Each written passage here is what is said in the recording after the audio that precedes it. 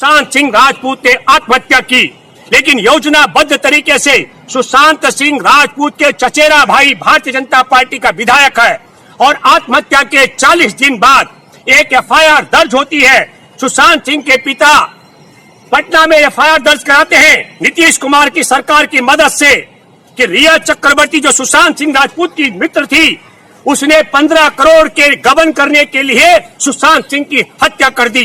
ये पहली बात मैं आपको कहना चाहता हूं। उसी मुकदमे की आड़ में जब यह मुकदमा शुरू हुआ, उसके बाद में रिया चक्रवर्ती का यह 25 जुलाई का जिक्र है और 25 जुलाई को ही सुब्रमण्यम स्वामी प्रधानमंत्री नरेंद्र मोदी को लिख कर देते हैं कि सुशांत सिंह राजपूत के आत्महत्या की हत्या की जांच के लिए सीबीआई की जांच होनी चाहिए। एक क्रोनोलॉजी आप समझिए। एक भाजपा का नेता सीबीआई की जांच की मांग करता है और एक भाजपा के परिवार से जुड़ा सुशांत सिंह के पिता फर्जी एफआईआर दर्ज कराते हैं और उस फर्जी एफआईआर पर जब मीडिया ट्रायल शुरू होता है तो 9 अगस्त 10 अगस्त को सुप्रीम कोर्ट में दरवाजा खटखटाती है रिया चक्रवर्ती और कहती है मीडिया ट्रायल हो रहा है, मैंने 15 करोड़ रुपए का कोई गबन नहीं किया, 15 रुपए नहीं लिए सुशांत के खाते से और मैंने सुशांत सिंह की हत्या नहीं की है। और सुप्रीम कोर्ट में बैठे जजों ने मीडिया ट्रायल पर प्रतिबंध नहीं लगाया, उसकी सजा वो लड़की आज भी भुगत रही है। यही नहीं, 19 अगस्त को सुप्रीम कोर्ट में बैठे जजों ने वो जो झूठी आज सिद्ध हो चुकी है सुशांत सिंह राजपूत की हत्या और 15 करोड़ रुपए गबन के मामले में जो एफआईआर दर्ज पेशाब सुशांत के पिता ने दर्ज कराई थी पटना में, उसी एफआईआर को सुप्रीम कोर्ट ने कहा यह सही है और सुप्रीम कोर्ट के फैसले के बाद सीबीआई की जांच शुरू होती है 19 अगस्त से और 23 अगस्त को सीबीआई की टीम मुंबई में घोषणा करती है। क्या कहती है? सुशांत सिंह राजपूत की आत्महत्या के बाद उसके पोस्टमार्टम को आनंद फानंद में कराया गया, यह संदिग्ध है। मैं दूसरी बात कहना चाहता हूं, उसी समय ऑल इंडिया इंस्टीट्यूट मेडिकल की टीम तैनात होती है जो सुशांत सिंह राजपूत ने हत्या हुई है या आत्महत्या की है। सुशांत सिंह राजपूत ने आत्महत्या की, दिल्ली के ऑल इंडिया इंस्टीट्यूट मेडिकल के डॉक्टरों की टीम को शर्म और अफसोस की बात है 43 दिन लग जाते हैं ये बताने में कि सुशांत सिंह राजपूत की हत्या नहीं हुई थी, उसने आत्महत्या की थी। मैं बधाई देना चाहता हूं मुंबई के उन पुलिसकर्मियों को, उन डॉक्टरों को जिन्होंने तत्काल जो जांच पड़ताल में ये रिजल्ट निकाल दिया था कि सुशांत राजपूत की हत्या नहीं की गई थी, सुशांत राजपूत ने आत्महत्या की थी। सीबीआई की पूरी टीम जून में आत्महत्या होती है और अगस्त से जांच शुरू करते हैं 2 महीने बाद और कह देते हैं 2 महीने ज्यादा समय के बाद और कहते हैं इसका मतलब यह हुआ कि मुंबई की पुलिस में सीबीआई में बैठे लोग नालायक हैं और मुंबई की पुलिस में लायक पुलिसकर्मी बैठे हैं जिन्होंने दूध का दूध और पानी का पानी किया। 43 दिन बाद सुप्रीम कोर्ट के आदेश के बाद जो जांच पड़ताल चल रही थी, एम्स ने भी कह दिया कि आत्महत्या का मामला है। अब मैं आप सब लोगों के माध्यम से एक बात कहना चाहता हूं कि हमारे देश में यूपीएससी की तैयारी करने वाली छात्रा जो शिक्षिका भी है, उसको जानकारी नहीं है कि सुशांत सिंह राजपूत ने आत्महत्या की थी। क्यों?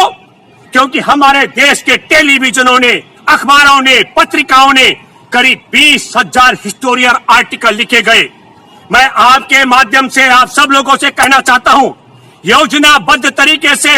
नरेंद्र मोदी की सरकार ने अपनी सारी नाकामियों को छिपाने के लिए ब्राह्मण परिवार में जन्मी एक फौजी की बेटी रिया चक्रवर्ती के मान और सम्मान को तार तार किया और सुप्रीम कोर्ट में बैठे जज भी उतने ही इसके भागीदार हैं। अब मैं आपके माध्यम से एक बात कहना चाहता हूं,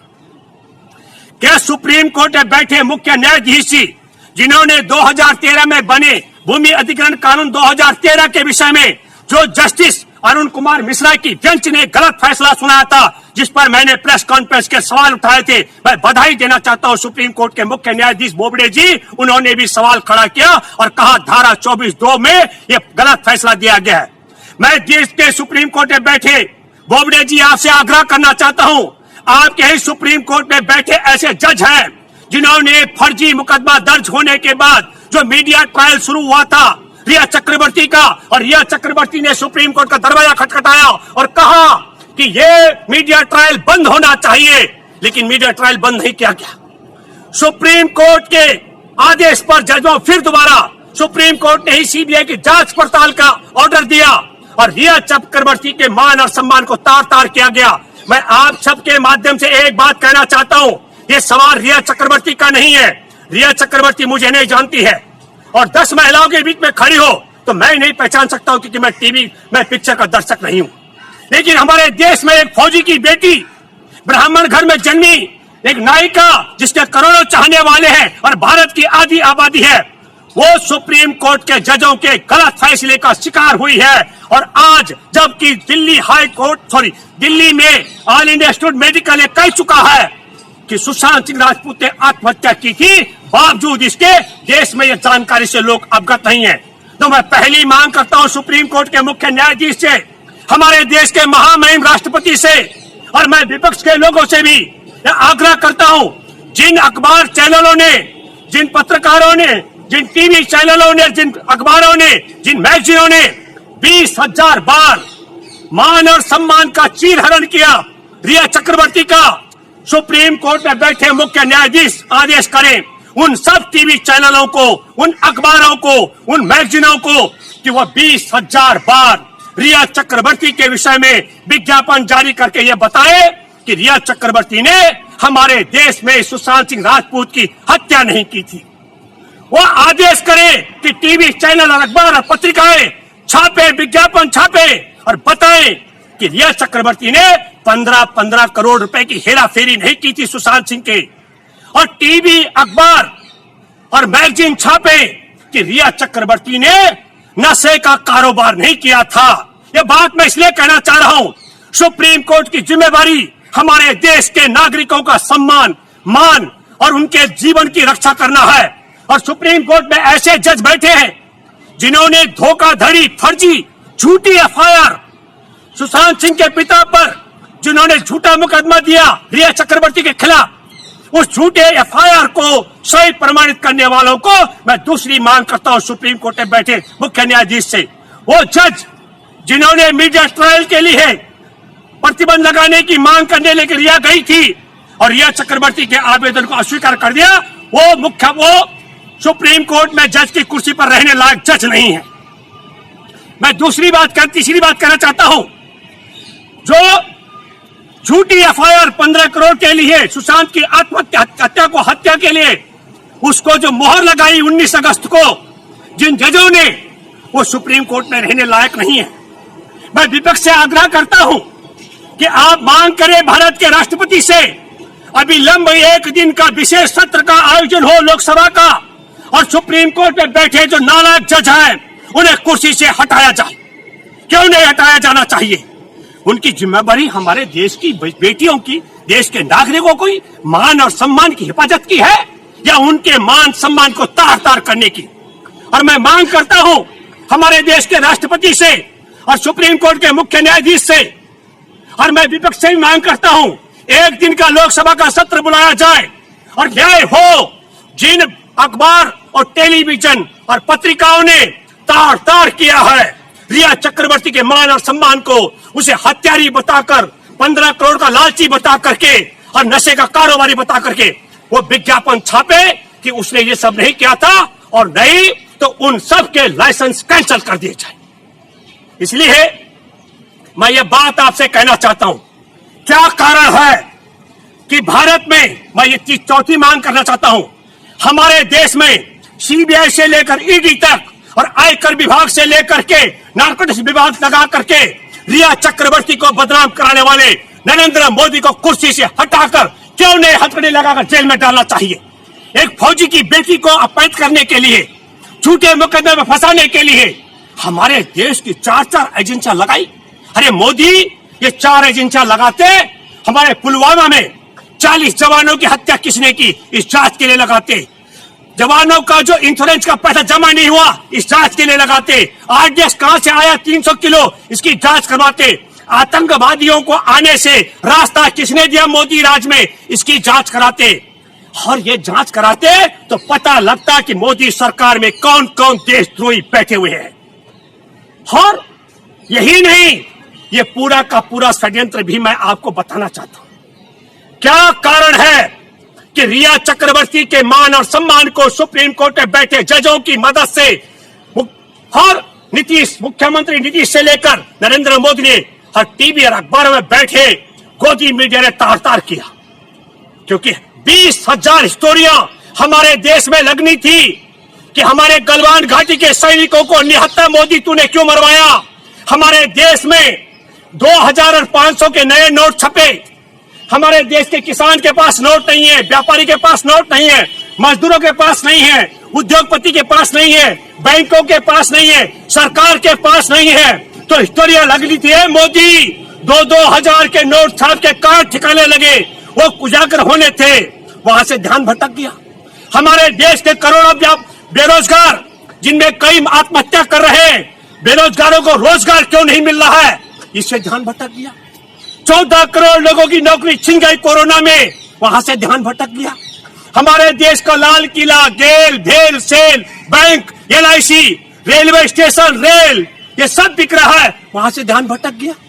हमारे देश के लोग, हमारा देश आर्थिक तौर पर बांग्लादेश और पाकिस्तान से भी भुखमरी के मामले में और नेपाल से भी बहुत नीचे पहुंच गया, वहां से ध्यान भटक गया। हर जगह पोल खोल हो रही थी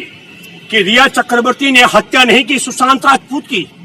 जब ये पोल खोल होने वाली थी, ये पोल ही खुलने वाली थी कि 15 करोड़ में गबन नहीं किया, उसकी जमानत होने वाली थी, उसने नशे का कारोबार नहीं किया,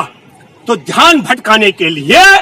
हाथरस की बेटी, पहले उसकी कमर तुड़वाई, जीभ कटवाई, गैंग रेप करवाया, उसका उपचार नहीं किया, हर सफदरजंग हॉस्पिटल में उसको मरवाया और देर रात को उसके शव को ठिकाने लगाया। इस क्रोनोलॉजी को आपको समझना पड़ेगा। मैं आज आपके बीच में इसलिए देश के 137 करोड़ आबादी को, और बिहार में चुनाव है और मध्य प्रदेश के चुनाव में मतदाताओं से कहना चाहता हूं, मध्य प्रदेश में चंबल के इलाके में जहां लोग गोली भी बोल के मारते हैं कि मैं गोली मारूंगा, चैलेंज करते हैं, उस इलाके में एक गद्दार है और सब लोग उसका नाम जानते हैं, जो अपने को राजा बोलता था। वहां चुनाव होने वाला है और हमने सुना है मध्य प्रदेश के लोगों ने कह दिया कि 10-10 करोड़ में बिकने वाले सिंधिया के जो चमचे हैं उनकी जमानत जब्त कराने वाले हैं। तो मैं बिहार के मतदाताओं से भी कहना चाहता हूं, 14 करोड़ मजदूरों की नौकरी छीनने वाले,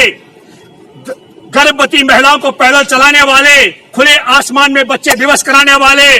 पैदल चलते चलते भूख से मरवाने वाले, रेल से कटवाने वाले, और हमारे देश की एक फौजी की बेटी रिया चक्रवर्ती का मान और सम्मान मटिया मेट करने वाले, और छोटा किसान,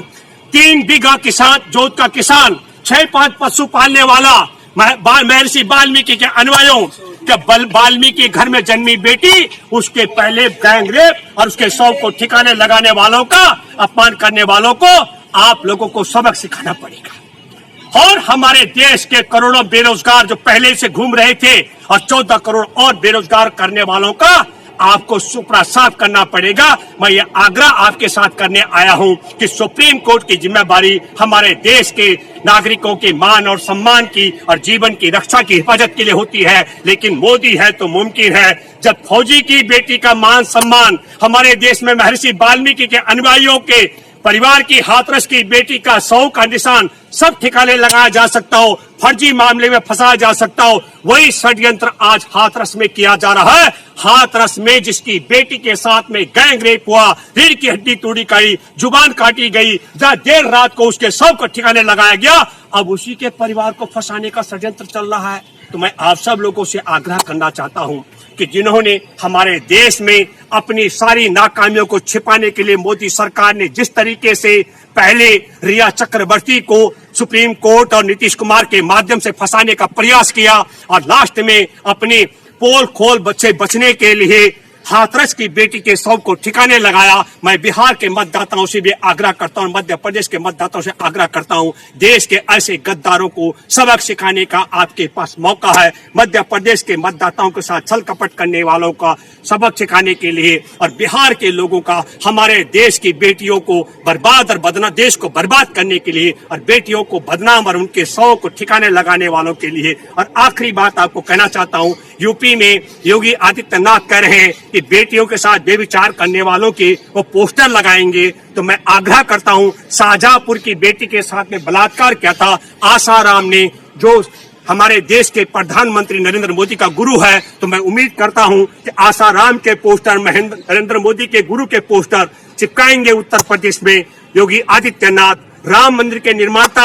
जिनकी नंगी वीडियो फिल्म दुनिया ने देखी है, वो बताए योगी आदित्यनाथ वो बलात्कार था, वो रासलीला थी कि रामलीला थी, या वो उनकी संघ की लीला थी। हम मानते हैं कि वो बेविचार है। क्या वो चिन्मयानंद के पोस्टर लगाएंगे? क्या शेंगर जिसने अपनी चचेरी बहन के साथ किया बलात्कार, उसके पोस्टर लगाएंगे? ये देखना रोचक होगा। मैं आप सब लोगों से आग्रह करता हूं, हमारे देश में डंके की चोट पे कहा जा रहा है मंदिर बनाया जाएगा, तो क्या मंदिर बनाने के लिए देशवासियों को भिखारी और सबके हाथ में कटोरा पकड़ाया जाएगा क्या? अब नेशनल दस्तक की आपसे गुजारिश है कि अगर इसको बचाना चाहते हैं तो नेशनल दस्तक को सब्सक्राइब करने के लिए रेड कलर के सब्सक्राइब बटन को दबाएं, फिर बेल आइकन की घंटी दबाएं। नेशनल दस्तक को बचाने के लिए बहुत जरूरी है कि हर खबर को शेयर करें, लाइक करें, कमेंट जरूर करें।